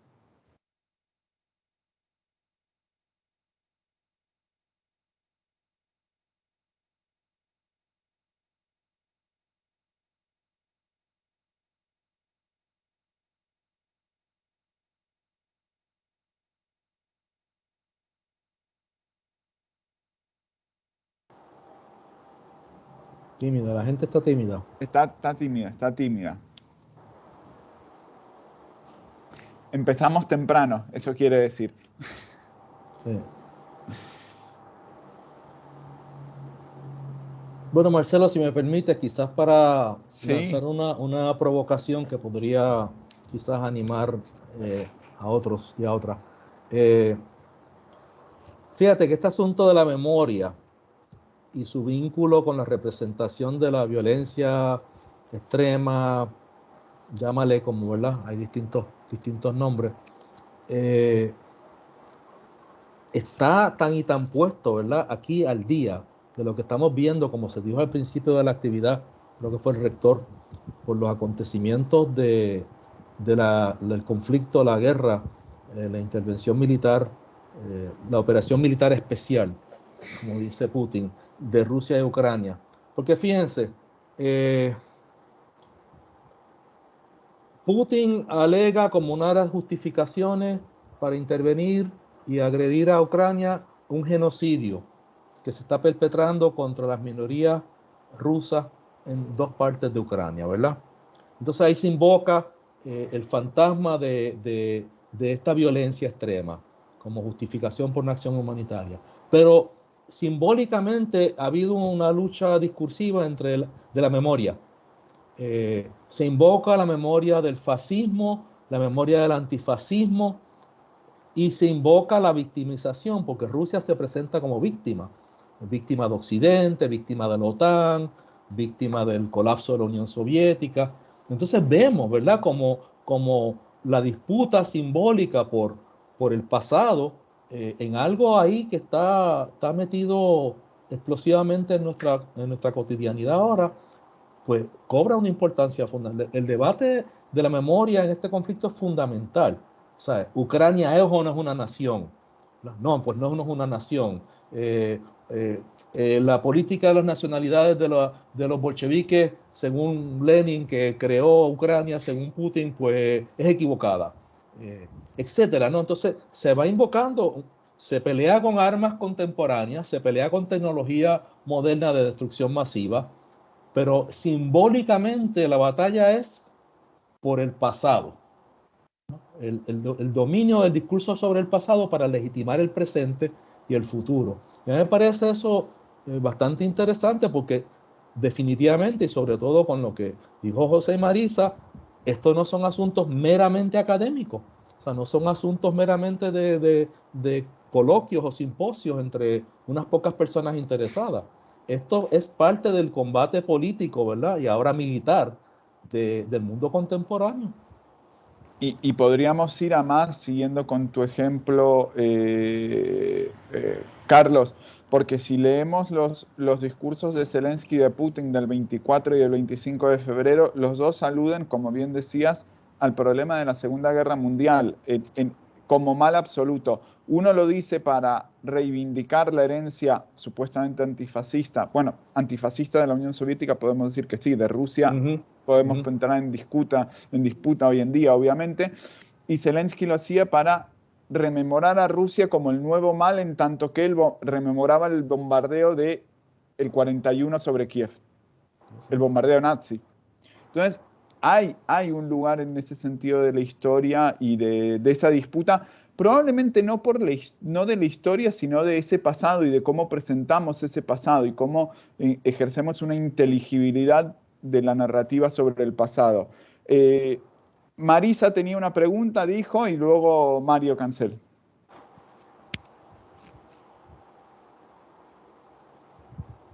No, está con el micrófono No te apagado. escuchamos.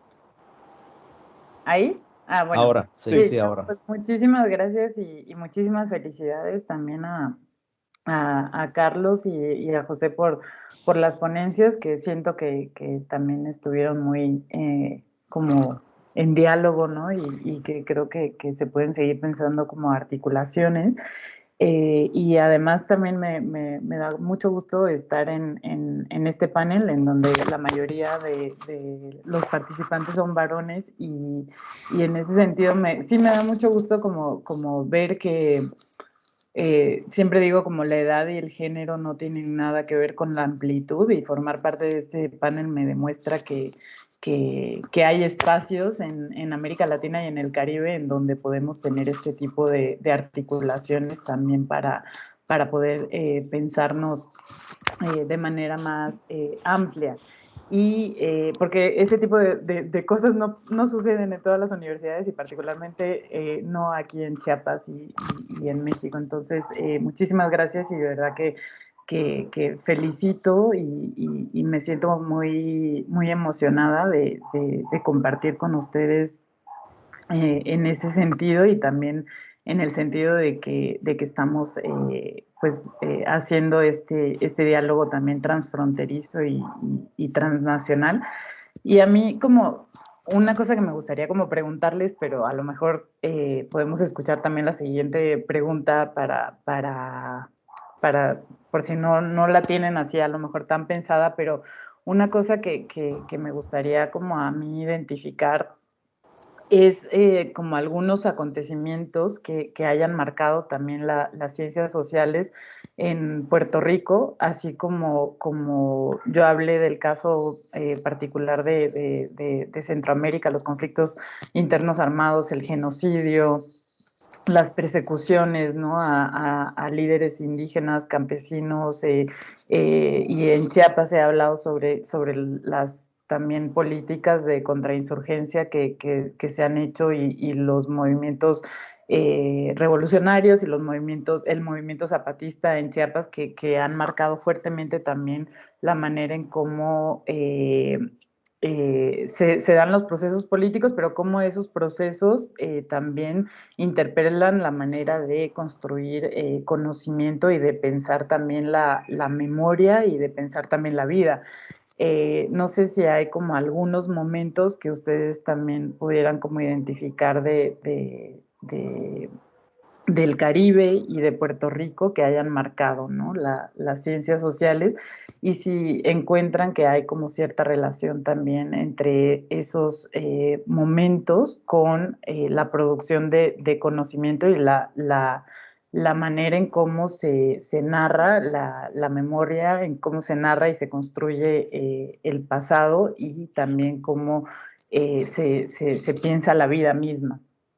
Esa sería un poco como la pregunta, y a lo mejor pues la podemos como pensar en varios momentos, no necesariamente ahora, pero me gustaría como seguir el diálogo con ustedes más adelante. Muchas gracias. Gracias Marisa por la pregunta. Recojo lo que decías, le damos la palabra a Mario y si hay otra pregunta y como juntamos posibles respuestas. Mario. Sí, un solo comentario. Tiene que ver con la reacción de ciertos microhistoriadores en los 60, 70 ante las manifestaciones de la historia oral, en donde se rechazaba la historia oral como una expresión de subjetividad que los microhistoriadores de línea dura, Levi, Ginsburg, no admitían en todo esto, mirando particularmente, me parecía a mí, hacia la historia local mexicana. ¿Qué paralelos tú encuentras entre el rechazo al testimonio y a la historia oral de parte de los microhistoriadores con el rechazo al testimonio judicial en el contexto del Holocausto? Son dos tipos de testimonio distintos. La expresión de un mexicano al historiador local, o de un veterano de guerra ante los recuerdos de la guerra, son distintos a los de una víctima. Y me gustaría que hicieras un comentario sobre eso, porque iba a trabajar en el comentario que voy a hacer sobre tu libro, pero lo excluí, porque me tomaba bastante esfuerzo y tiempo y quería ahorrar algunos segundos con respecto al tema. Para mí la preguntado. Yo no sé si... Sí, para ti. Carlos, No sé, como si te mencionaste, parece, Marisa, también la cuestión mexicana. si te parece, Carlos, formulo la pregunta que está en el chat, Sí. y que es de César Salgado, que la pone para José y para Carlos, pero me parece que también me tomo la libertad, César, también de incluir a Marisa por lo que dice la pregunta. Me parece que también va vinculado. Dice, ¿cómo compaginamos o relacionamos el recuerdo de la brutalidad del trabajo forzado de las comunidades indígenas, tal cual se inscriben en la poiesis de un paisaje natural mutilado y abusado, y el recuerdo de la aniquilación en los campos de concentración, en donde, si acaso hay una poiesis industrial de la naturaleza, es la reducción del cuerpo judío a ceniza? Por eso el recuerdo obsesivo y traumático de las chimeneas con el humo de esos cuerpos. ¿Podríamos, pregunta, relacionar los fuegos de Occidente, los fuegos que Occidente impone en el Amazonas y en la memoria traumatizada pero resistente de sus habitantes indígenas, con la forma en que los sobrevivientes recuerdan la brutalidad de las incineraciones de Auschwitz? Y les doy la palabra a ustedes tres para sus comentarios. José. Sí, bueno, sobre la pregunta de Marisa, pues yo por lo generalmente me especializo en estudios americanos, pero en Puerto Rico quizá ha habido algunos momentos donde no sé si han tenido un impacto tan profundo en las ciencias sociales, pero sí que despertaron algún tipo de interés. Pavón estaba mencionando la era del testigo. Yo escribí algo por 80 grados una vez a la que me refería a la era de la disculpa, que también está vinculada a eso, y me recuerda, por ejemplo, las famosas carpetas de lo que le hicieron a los independentistas por parte del Estado y el FBI. Y en ese contexto, cuando se liberaron las famosas carpetas, pues sí hubo algo de discusión, y recuerdo, ¿no?, sobre esto de las disculpas que se hicieron precisamente en respuesta a todos esos momentos de violencia extrema. La Iglesia Católica disculpándose por la conquista y colonización de América, en algunos otros sitios donde el gobierno presentó disculpas, ¿no?, por eventos de esa naturaleza. Y en Puerto Rico hubo algo de eso también en tiempos de Rosselló Padre. Y trajo algún interés, pero no la masacre de Ponce, quizás algunos de estos otros eventos así que quizás hayan despertado el interés, particularmente de los historiadores. No sé en la otras ciencias o en las ciencias sociales en general que tanto lo hayan hecho. No sé si Carlos y Mario, que están por ahí, sepan más de esos eventos. En cuanto a la pregunta de César, pues sí, yo creo que se puede establecer una relación entre eso que César llama la poiesis industrial de la naturaleza. Yo me enfoqué en mi ensayo en lugares más cercanos quizás a la naturaleza, por decirlo así, que son lugares socionaturales, precisamente porque allí estaba más cercana esa relación, pero sí, se pueden establecer lazos entre unos y otros, y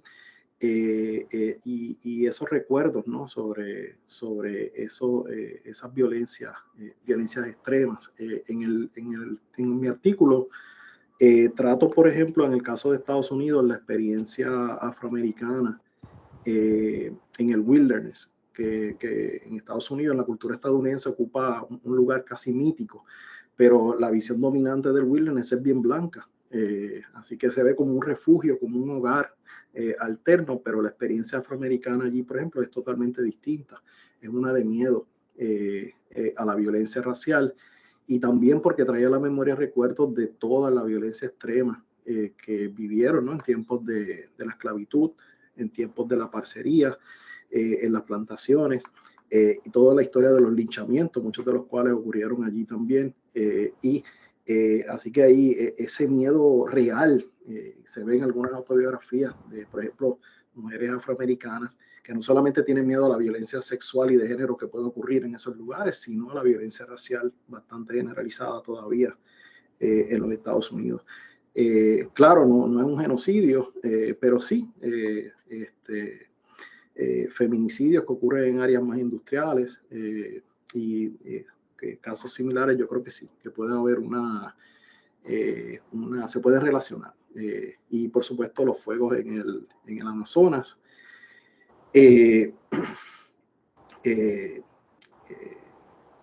Y otros muchos casos allí en el Amazonas, no solo en Brasil, sino en Colombia y hasta Venezuela. En toda la región del Amazonas ciertamente ocurren eventos como estos. Los asesinatos, por ejemplo, de muchos ambientalistas y ambientalistas féminas también en muchas de estas áreas. No sé si contesté la pregunta de César, era bastante larga, pero ¿qué te parece que contesté, César?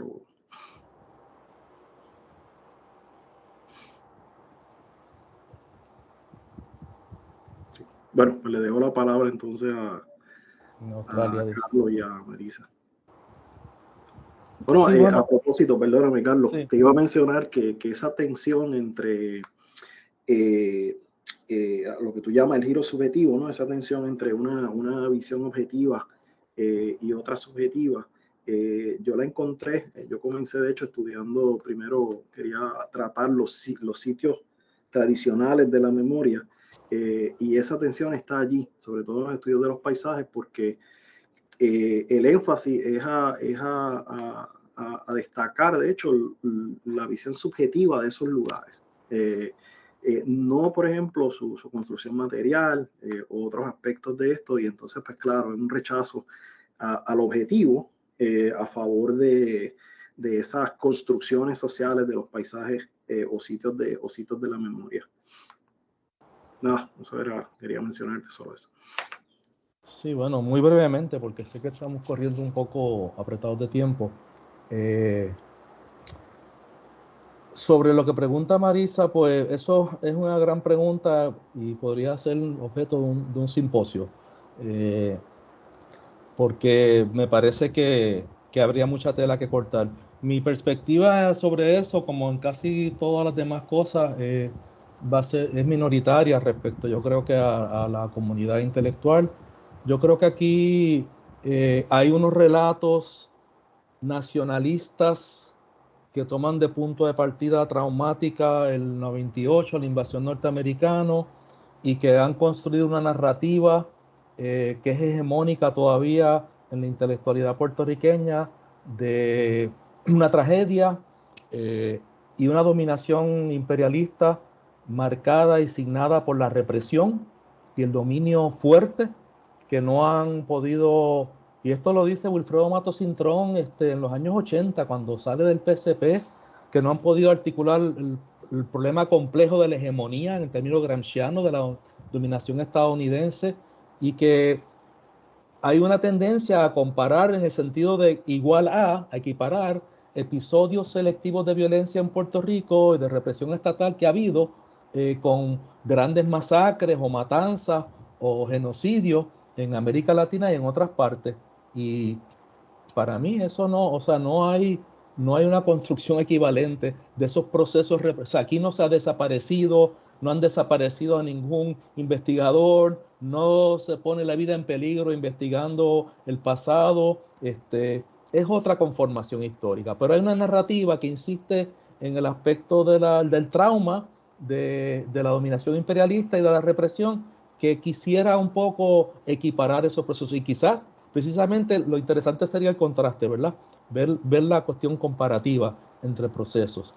Habiendo dicho eso, hay puntualmente episodios que merecen investigarse: los rescates de tierra en el 80, el asesinato de Adolfina Villanueva, distintos procesos y sobre todo la violencia que no se considera política, la violencia que no está bajo el signo de la independencia o la revolución o el antiimperialismo, la violencia cotidiana de una sociedad que tiene sectores militarizados o paramilitarizados y que hay una suerte de guerra incivil hace décadas. Y eso no cae bajo el prisma de la investigación, digamos, desde unas ópticas de paradigmas más vinculados a la tradición marxista o de otro tipo, ¿verdad? Ni siquiera colonial, postcolonial, lo que fuera. Así que por ahí hay unas pistas, ¿verdad? En todo caso, esa violencia vinculada al narcotráfico y esas comunidades que se han ido creando y sociedades, digamos, paralelas, donde se ejerce un dominio sobre territorios y el Estado no entra. O sea, ahí hay un montón de cosas que sí se pueden investigar, pero como no es violencia política, pues como que no se mira mucho. Sobre lo de César, también una pregunta fundamental que implicaría un bonito seminario, aunque es un tema terrible. Yo creo que sí, que hay una matriz que tiene que ver con el paradigma de la sociedad industrial, de la productividad, la concepción sobre la naturaleza, que está ahí para ser extraída y explotada, y que Auschwitz es una fábrica de destrucción, ¿verdad? Una fábrica de producir cadáveres, como decía Hannah Arendt, pero industrial, y bajo una concepción de un Estado que quiere recuperar su poder y expandir y potenciar la máquina de destrucción industrial. Y en ese sentido los nazis, ¿verdad?, están tan involucrados en potenciar la máquina de aniquilación como en potenciar la máquina de la producción. Y toda su concepción de la técnica y de la ciencia es muy, muy, muy de avanzada en el sentido de que quieren estar en la punta tecnológica de muchísimos procesos. Así que ese entronque, ¿verdad?, de la matriz industrialista que está amenazando con acabar con el planeta, pues sería como una vuelta de tuerca para mirar procesos de genocidios coloniales, de matanzas coloniales, de matanzas de fundación o refundación de Estado y de procesos de destrucción de la naturaleza, incluyendo a los seres humanos en la naturaleza.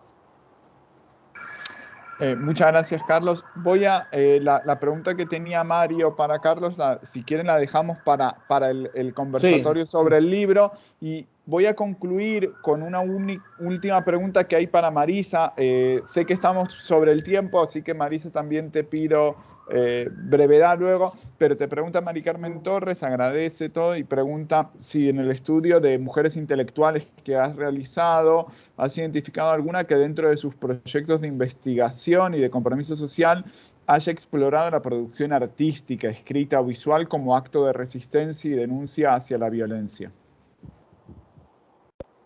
Sí, muchas gracias. La verdad es que sí, creo que va a ser muy interesante seguir pensando con ustedes. Gracias a José y a Carlos por haber mencionado estos momentos que identifican relacionados con o que podrían estar relacionados con las trayectorias de científicos y de científicas sociales en Puerto Rico, porque sí me interesa mucho ver también como los paralelismos o las similitudes o las diferencias también de esas trayectorias en Centroamérica y en el Caribe. Y me hacen pensar mucho porque creo que la cuestión relacionada con la represión, con la persecución, con las desapariciones y los asesinatos que han vivido en Centroamérica y aquí en Chiapas también distintas intelectuales, historiadoras, antropólogas.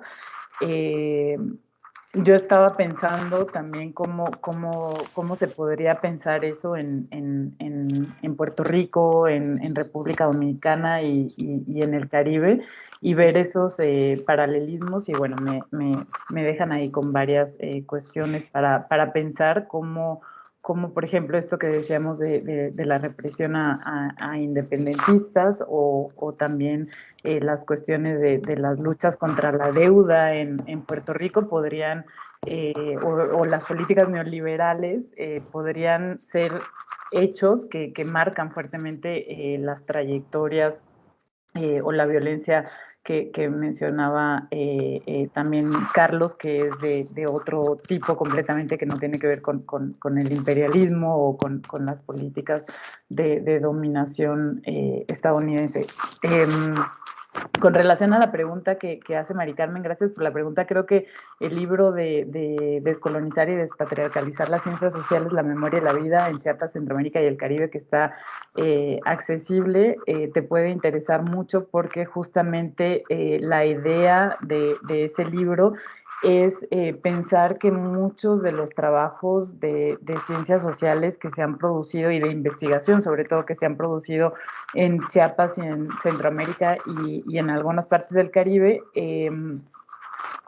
con las distintas problemáticas que acabo de mencionar, han hecho que muchas de las producciones no nada más estén dentro de las universidades, sino también en las organizaciones políticas, en las organizaciones civiles, en los espacios literarios, en los espacios artísticos, en los espacios de sanación, y ahí podemos identificar conceptos, ideas y otras formas también de producir investigación que no únicamente son las producidas dentro de las universidades. Por tan solo poner un ejemplo, a veces en los programas académicos de las universidades no se incluyen los pensamientos, las ideas de las mujeres indígenas y de las mujeres afrodescendientes porque se dice que no han hecho trabajos académicos. Y en este libro, por ejemplo, recuperamos poesía que han hecho mujeres indígenas y mujeres afrodescendientes para mostrar que hay interpretaciones, análisis y formas también de mostrar cómo opera la justicia, el racismo, el sexismo, la homofobia, la transfobia, etcétera, etcétera, y cómo la poesía puede ser también un elemento que nos sirva para analizar y para interpretar el mundo, y así también con distintas prácticas artísticas, ¿no? Como por ejemplo el performance, la pintura. Hay también análisis e interpretaciones muy interesantes y complejos del mundo, ¿no? Y esta es un poco como la idea de este libro. Ya me pasé del tiempo, muchísimas gracias y ojalá que sigamos pues en conversación porque me interesa mucho. Muchísimas gracias, Marisa. Gracias también a todos los comentarios que tenemos también por el chat.